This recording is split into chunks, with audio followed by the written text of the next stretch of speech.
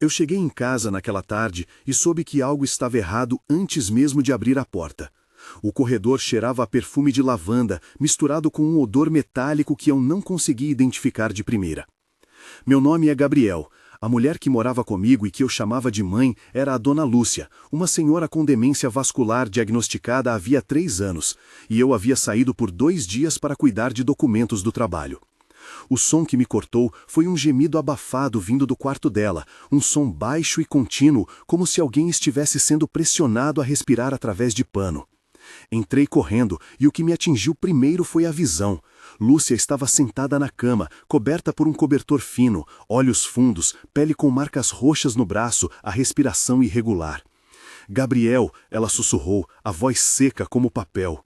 Havia marcas de fita adesiva em volta do pulso, um cheiro salgado de lágrima antiga na face e uma sensação de frio que vinha do tapete, como se alguém tivesse retirado o calor da casa. Eu segurei minha mãe e senti os ossos dela tremerem contra o meu corpo. Não era acidente, era traição. Em minutos eu sabia que aquela noite mudaria tudo o que eu acreditava sobre família, cuidado e confiança. Os paramédicos chegaram e fizeram perguntas rápidas. Como ela chegou a esse estado? Perguntou o rapaz de voz calma que se apresentou como Rafael. O que aconteceu aqui? Disse a mulher com colete verde que ajeitou a máscara de oxigênio. Ela falou com a voz tomada por prática. Eu tentei explicar entre soluços.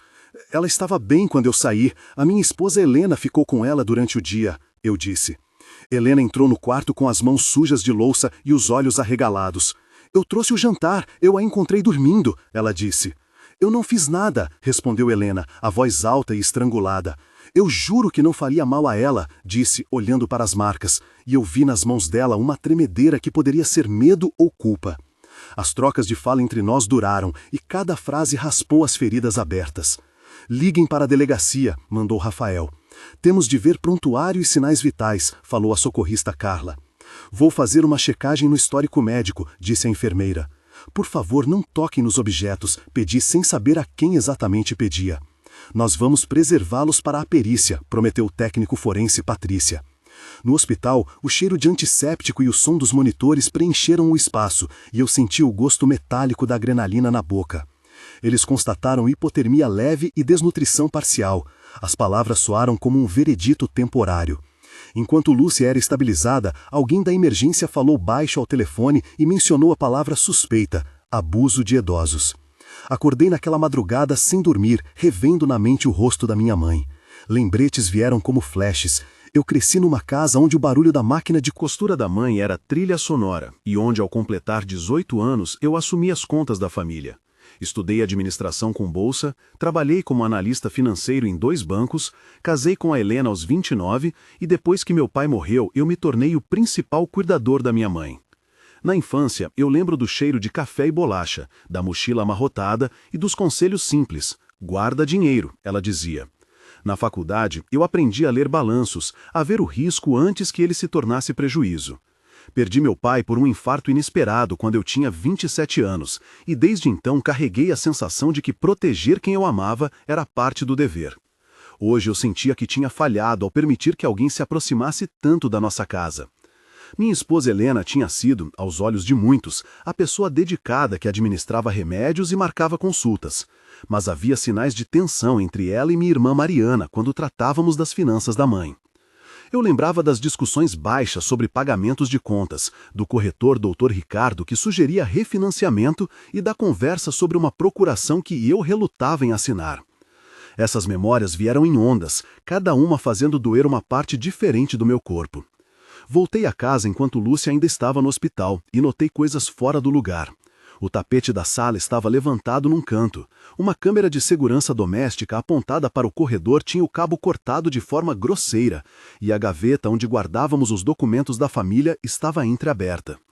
Helena, eu chamei na cozinha. O que aconteceu com a câmera? Perguntei. Eu não sei, ela respondeu. Eu achei a gaveta assim quando limpei. Minha irmã Mariana ligou naquele momento, a voz aguda. Gabriel, você precisa assinar a procuração, eu já expliquei para o notário, ela disse. Para quê? Perguntei. Para organizar as contas da mãe, para emprestar contra o imóvel se preciso, falou Mariana. Eu senti um frio subir pela coluna. No computador da sala, eu encontrei uma pasta com arquivos de transferências recentes. Nomes de empresas que eu nunca ouvira, transferências para uma conta numa fintech em nome de uma empresa criada havia 4 meses, e uma procuração digitalizada com a assinatura da minha mãe datada de 1 semana antes de eu ter voltado. Abri o histórico de chamadas e vi mensagens entre Mariana e um número registrado apenas como administradora. Tudo pronto para amanhã, dizia uma mensagem. Você garante que ninguém vai suspeitar? Respondeu Mariana. O estômago virou. Nesse momento eu percebi que havia algo planejado para além das agressões físicas. Havia um plano para esvaziar contas e tomar controle dos ativos. CTA de comentários.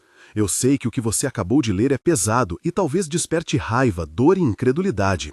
Se este tipo de história mexe com você, respire fundo e saiba que não está sozinho. Conta pra gente nos comentários o que você faria se descobrisse que um familiar estava roubando ou maltratando um idoso da sua família. Comece sua resposta com "eu faria" e diga uma ação prática que você tomaria nas primeiras 24 horas. Sua experiência pode ajudar alguém que está sem saber para onde correr. Se já passou por algo parecido, escreva "eu passei" e compartilhe uma dica que foi útil para você. Pedimos respeito e empatia nas respostas porque muitas pessoas que leem buscam informação e consolo. Comentários com orientações legais ou pedidos de ajuda podem ser lidos por outras vítimas e por profissionais que acompanham os casos, então sua voz importa. Depois de deixar seu comentário, volte para ver como a investigação prosseguiu e quais provas conseguimos reunir para buscar justiça. Quando comecei a cavar mais fundo, a rede de pequenos sinais virou um rastro claro. Encontrei na lixeira do escritório de Mariana envelopes vazios com comprovantes de transferência, e no backup do laptop dela havia PDFs de extratos e um arquivo chamado Plano Fuga. Falei com o delegado Marcelo Silva, da delegacia local, que chegou com uma equipe e recolheu os dispositivos eletrônicos. Temos de preservar a cadeia de custódia, disse ele sério.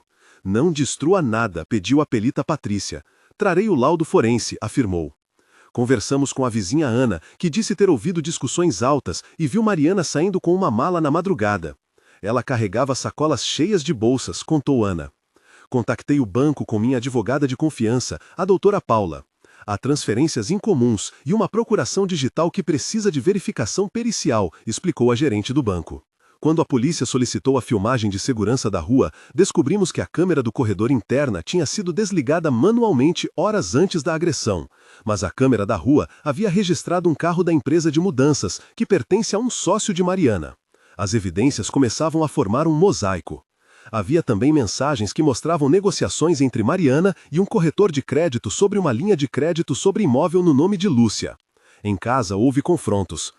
Como você pôde fazer isso com ela? Gritei para Mariana quando ela veio visitar sob a justificativa de levar flores. As trocas de fala foram rápidas e carregadas. Eu só queria ajudar, respondeu Mariana. Você a deixou sozinha, eu disse. Você tirou a nossa segurança, retrucou ela. Mostre as provas, falou ela desafiadora. Eu tenho extratos, eu disse. Não confunda as coisas, ela insistiu. Você sempre foi dramático, atacou. Você estava com ela a noite inteira. Por que não percebeu? Disse ela zombando. Eu estava no trabalho, respondi. E você quer que eu acredite que foi você que a protegeu? A conversa subiu de tom. Se você tem algo, mostre, pediu minha mulher Helena, tentando a acalmar. Eu sou a cuidadora, eu sei quando ela sente dor, disse Helena, e eu senti na voz dela uma mistura de exaustão e indignação. Então mostra o porquê de ela ter marcas, eu disse. Mostra a câmera, pedi. Mariana foi embora sem resposta, abrindo a porta com força. A casa ficou cheia de um silêncio pesado. O cheiro do café derramado no balcão misturava-se à sensação de traição. Momento de tensão 1. A descoberta das mensagens. Eu sentei em frente ao monitor, as mãos tremendo, e li as mensagens que comprovavam a troca de informações entre Mariana e a tal administradora. Era noite e a rua estava calma, mas dentro de mim havia um barulho denso. As mensagens não só falavam de transferências, mas de como justificar saques como pagamentos de enfermeira e material de enfermagem. Em cada linha havia uma premeditação que transformava negligência em crime. O ar parecia pesado, quase sem oxigênio, e eu sentia a necessidade de vomitar. Era a confirmação de que o abuso tinha circuito financeiro. Momento de tensão 2. A filmagem esquecida. Ao solicitar as câmeras do condomínio, encontrei um arquivo incompleto que, na metade, registrava uma figura entrando no quarto da minha mãe com uma sacola preta. A imagem era granulada, o som abafado, mas dava para ver uma sombra que passou a mão pelo rosto de Lúcia de forma brusca. Meu coração acelerou, as palmas suadas colaram no mouse e eu pude ouvir na cabeça o ruído da fita adesiva sendo esticada. Ver aquilo foi como receber um soco. Era impossível negar. Eu soube então que a acusação de que Helena fingia dor era uma cortina de fumaça. Momento de tensão 3, a tentativa de fuga. Quando Mariana percebeu que estávamos chamando a polícia, ela tentou embarcar em um ônibus para uma cidade próxima. A delegacia recebeu a informação e bloqueou saídas. No terminal, uma equipe policial aguardou e prendeu Mariana com malas e documentos falsos. Ela veio com uma expressão de quem já tinha ensaiado a fala de surpresa. O cheiro de plástico das malas novas, o som de zíperes e a visão da sua mala sendo vasculhada ficaram gravados. Foi a cena que devolveu um sentido prático de justiça àquele momento de dor. A ação legal inicial teve passos rápidos. Apresentamos queixa por abuso de idosos e por estelionato no dia seguinte ao ocorrido, e a promotoria ofereceu medidas cautelares. O delegado Silva pediu prisão preventiva de Mariana por risco de fuga e destruição de prova. Em termos legais iniciais, formulamos acusações de abuso continuado, falsificação de documentos e apropriação indébita. Em 15 dias, foi expedido mandado de busca e apreensão e condução coercitiva. No âmbito técnico, o laudo forense mostrou que as lesões eram compatíveis com agressão e não com queda acidental, e a perícia digital confirmou a autoria das transferências por meio do IP vinculado ao computador de Mariana. Essas informações foram redigidas em termos formais no boletim de ocorrência e na representação da promotoria, com pedidos de bloqueio de contas e indisponibilidade de bens. No julgamento, a sequência de depoimentos trouxe ainda mais clareza. O promotor Dr. Almeida apresentou as transferências, as mensagens e a filmagem parcial como provas. Demonstramos a intenção e a atuação convergente, disse ele, com voz firme. Helena depois com lágrimas, dizendo: Eu a cuidei porque eu a amo, e a porta do tribunal ecoou com os suspiros do público. A testemunha técnica, a perita Patrícia, descreveu a metodologia forense. Corroboramos metadados e registros bancários. O advogado de Mariana tentou questionar a autenticidade das assinaturas e sugeriu que a procuração poderia ter sido gerada por terceiros. O juiz ouviu atentamente, as mãos apoiadas no balcão, e após 3 dias de audiências, decretou prisão preventiva e marcou data para julgamento. Houve momentos de tensão quando as testemunhas se contradizeram e o rosto da minha mãe, assistindo por videoconferência, tremia com cada pergunta. No veredito, a juíza considerou as provas suficientes para condenar por estelionato qualificado e abuso de incapaz, aplicando pena que considerou proporcional à gravidade e ordenando restituição parcial dos valores desviados. A ação civil paralela visou recuperar o que foi possível. Entramos com pedido de bloqueio de bens, arrolamento de inventário e pedido de restituição no juízo cível.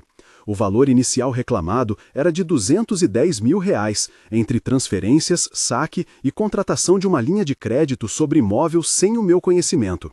Contratamos o advogado especializado em direito sucessório, o Dr. Ricardo, que elaborou a petição e solicitou avaliação judicial do patrimônio. A instituição bancária cooperou e desbloqueou parcialmente R$75 mil que estavam em conta. Foi um processo longo de perícia contábil, apresentação de extratos e audiências de instrução. No fim, conseguimos parte da restituição e o reconhecimento judicial da nulidade dos contratos firmados com base nas assinaturas forjadas. Legalmente, a decisão também apontou para medidas de tutela para minha mãe, com curatela judicial concedida a mim e supervisão do Ministério Público.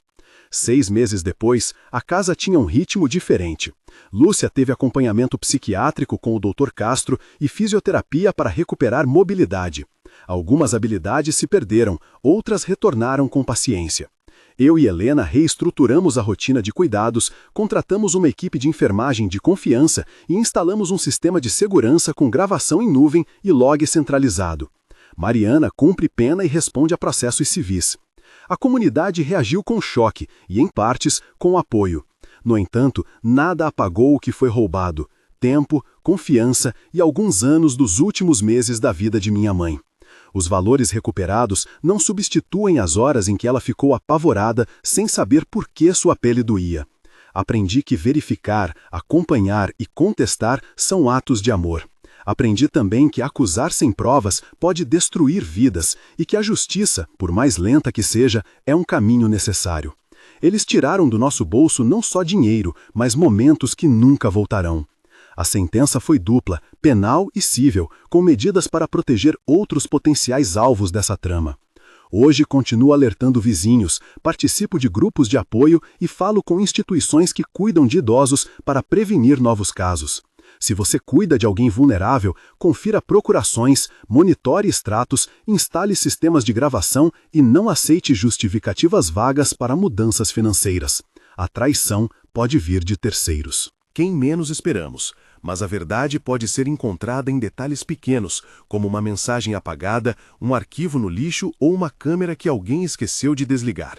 Se este vídeo ajudou você a entender um pouco mais sobre como proteger quem ama, inscreva-se no canal para mais histórias e orientações legais. Obrigado por ficar comigo até aqui e cuide bem de quem depende de você.